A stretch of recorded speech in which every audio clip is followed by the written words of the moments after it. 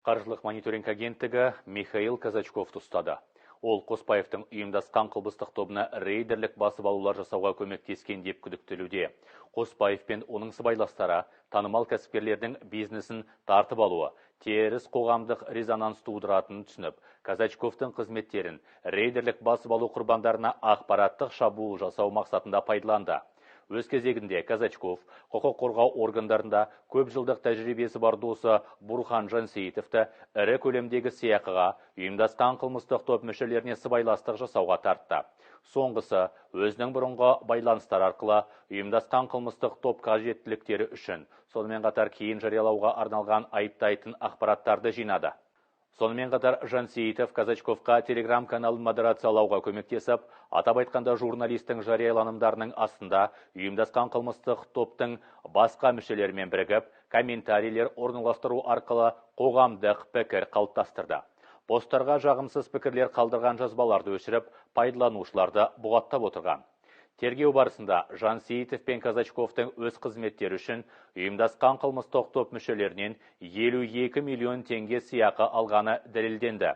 Кәсіпкер Әбдіғапаровтың шешесі Жүнісбековаға тиесілі Есентай Сити жобасындағы үлесті рейдерлік басып алу пиғылын іске асыру үшін Казачков Әбдіғапаровтың беделін түсіретін бір қатар мақалалар жариялады. Бұл ретте журналист бұқаралық ақпарат құралдары туралы заң талаптарын өрескел бұзды.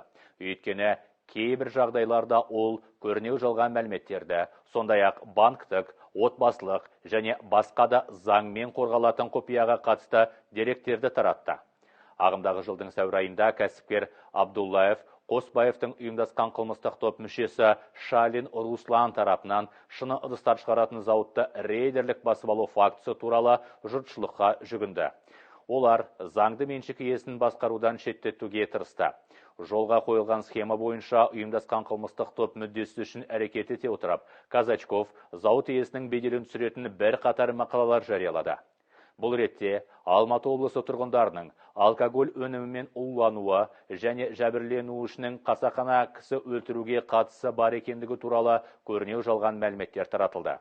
2022 жылдың шілде айының басында Қоспаевтың ұйымдасқан қылмыстық топ мүшелері қаржылық мониторинг органдары олардың қылмыстық әрекеттерін әшкерлеу бойынша жедел іс-шаралар мен тергеу жүргізіп жатқанын құқық қорғау органдарындағы дереккөздері арқылы білген.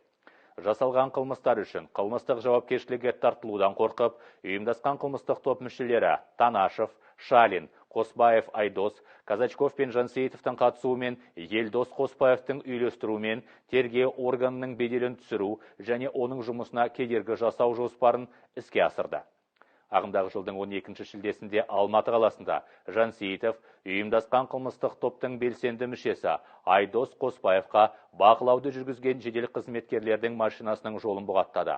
Алдын ала дайындалған сценарий бойынша адвокаттар мен Казачков оқиға орнына келді. Олар қорғаушыларды жасырын бақылауды әшкерлегені туралы жалған мәліметтерді көпшілікке тарата бастады. Биллинг пен бақылау камераларын қолдану арқылы жедел машинаның сол күні немесе алдыңғы бірнеше күнде адвокаттардың жүру бағыты бойынша мүлдем қиыласпағаны сенімді түрде анықталды. Казачков нақты деректердің бұрмалануымен байланысты жағдайда ұйымдасқан қылмыстық топ мүддесі үшін қамтып қана қоймай, олардың іс-әрекеттерін сол жерде үйлестірді және Қоспаев Айдосқа бақылаудан жасырынуға мүмкіндік берді. Нәтижесінде соңғысы іздеуге жарияланды. Бұрын хабарланғандай, өзінің жазықсыздығын сезінген Жансейітов заңды ашық түрде таптап, бұзақылық әрекеттер жасап құқық қорғау органының қызметкерлерінің денесін қасақана жарақаттаған.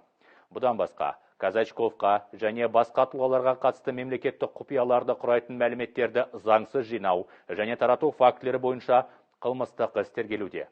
Қазіргі уақытта тергеу жалғасуда, Қоспаевтың ұйымдасқан қылмыстық топ мүшелердің басқа да қылмыстарға қатысы бар жоғы тексерілуде.